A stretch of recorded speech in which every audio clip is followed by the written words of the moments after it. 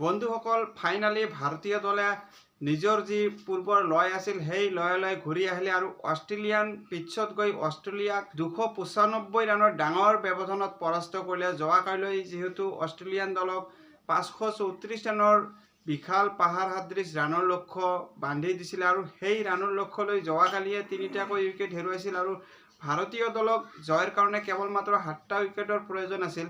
মেচখন যোৱাকালিয়ে নিশ্চিত হৈ গৈছিল যে ভাৰতীয় দলে জয়লাভ কৰিব, কিন্তু অষ্ট্ৰেলিয়ান দলে কেৱল মাত্ৰ পৰাজয়ৰ ব্যৱধান কিমান কমলৈ আনিব পাৰে সেয়াই অপেক্ষা আছিল আৰু ঠিক সেই সাপেক্ষে অৱশেষত অষ্ট্ৰেলিয়ান দলে ভাৰতীয় দলৰ হাতত লজ্জাজনকভাৱে 295 ৰানৰ বিশাল এটা হিমালয় পৰ্বতৰ ব্যৱধানত পৰাজয় বৰণ কৰিলে। অষ্ট্ৰেলিয়ান দলে প্ৰথম ইনিংছত 150 ৰানৰ ভিতৰতে অল আউট হোৱাৰ পিছত ভাৰতীয় দলৰ খেলুৱৈসকলে যি ধৰণে কামবেক কৰি দ্বিতীয় ইনিংছত বিশাল ৰানৰ পাহাৰ গঢ়ি তুলিছিল, ইয়াৰ ওপৰতে ভাৰতীয় দলৰ খেলুৱৈসকলক ক্ৰেডিট দিব লাগিব।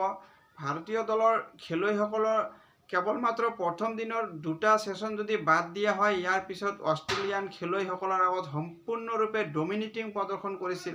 যি ধৰণে ভাৰতীয় দলৰ বলাৰসকলে প্ৰথম ইনিংছত বলিং কৰিছিল 150 ৰানত, দলে অল আউট হোৱাৰ পিছতো অষ্ট্ৰেলিয়ান দলক কেৱল মাত্ৰ 104 ৰানৰ ভিতৰতে বান্ধি ৰাখিছিল আৰু ইয়াৰ পৰাই প্ৰথম ইনিংছত 46 ৰানৰ যি লিড লৈছিল আৰু সেই লিডৰ সাপেক্ষে দ্বিতীয় ইনিংছতো যশস্বী জয়সৱাল আৰু লোকেশ ৰাহুলে দুয়ো মিলি ডাঙৰ এটা পাৰ্টনাৰশ্বিপ কৰি তৃতীয় দিনতেই বেকফুটলৈ ঠেলি দিছিল অষ্ট্ৰেলিয়ান দলক আৰু ইয়াৰ পৰাই অষ্ট্ৰেলিয়ান দলে উঠি আহিব নোৱাৰিলে আৰু অৱশেষত ভাৰতীয় দলৰ হাতত একেবাৰে চাৰেণ্ডাৰ কৰিলে। মেচখনত ভাৰতীয় দলৰ হৈ অধিনায়ক যশপ্ৰীত বুমৰাহে প্ৰথম ইনিংছত 5টা উইকেট লৈছিল আৰু দ্বিতীয় ইনিংছতো একেবাৰে পিছ পৰি থকা নাই আৰু 3টাকৈ উইকেট লৈ অষ্ট্ৰেলিয়ান দলৰ মেৰুদণ্ড ভাঙি দিছিলে। আৰু নীতিশ কুমাৰ ৰেড্ডীৰ কথাও ক'ব লাগিব।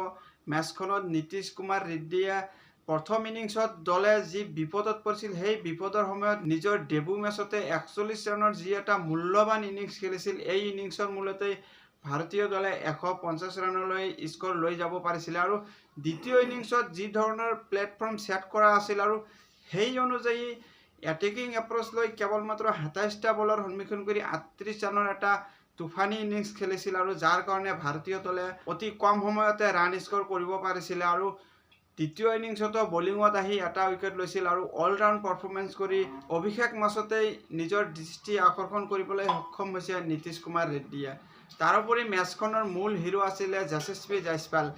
জয়সৱালে প্ৰথম ইনিংছত 0 ৰানৰ স্ক'ৰত আউট হোৱাৰ পিছতো যি ধৰণে কামবেক কৰিছিল সেয়া যেন অবিশ্বাস্য আছিলে আৰু বিৰাট কোহলীয়ে বহুদিনৰ পৰা হতকৰ মুখ দেখা নাছিল যদিও এই মেচৰ জৰিয়তে হতকীয় ইনিংছ খেলি কেৰিয়াৰৰ 30তম শতৰান অৰ্জন কৰিবলৈ সক্ষম হৈছিল এই মেচৰ জৰিয়তে আৰু বিৰাট কোহলীৰ এয়া আছিল আন্তঃৰাষ্ট্ৰীয় ক্ৰিকেটত 81তম শতৰান আছিলে। ভাৰতীয় দলে আজিৰ এই জয়ৰ জৰিয়তে ফেন্সসকলকো আনন্দ উপভোগ কৰাৰ আন এটা সুবৰ্ণ সুযোগ দিলে আৰু পাৰ্থ ষ্টেডিয়ামত অষ্ট্ৰেলিয়ান দলৰ এয়াই প্ৰথম পৰাজয় আছিলে। ভাৰতীয় দলে যি ধৰণে ডমিনেটিংভাৱে প্ৰদৰ্শন কৰি মেচখন জয়লাভ কৰিছিল, ঠিক তেনেদৰে দ্বিতীয় মেচতো ভাৰতীয় দলে ভাল প্ৰদৰ্শন কৰক তাৰে কামনা কৰি আজিলৈ ইয়াতেই সামৰিলোঁ। ভিডিঅ'খন চাই ভাল পালে লাইক আৰু ছাবস্ক্ৰাইব কৰিব আৰু লগতে কমেণ্ট কৰিবলৈ নাপাহৰিব।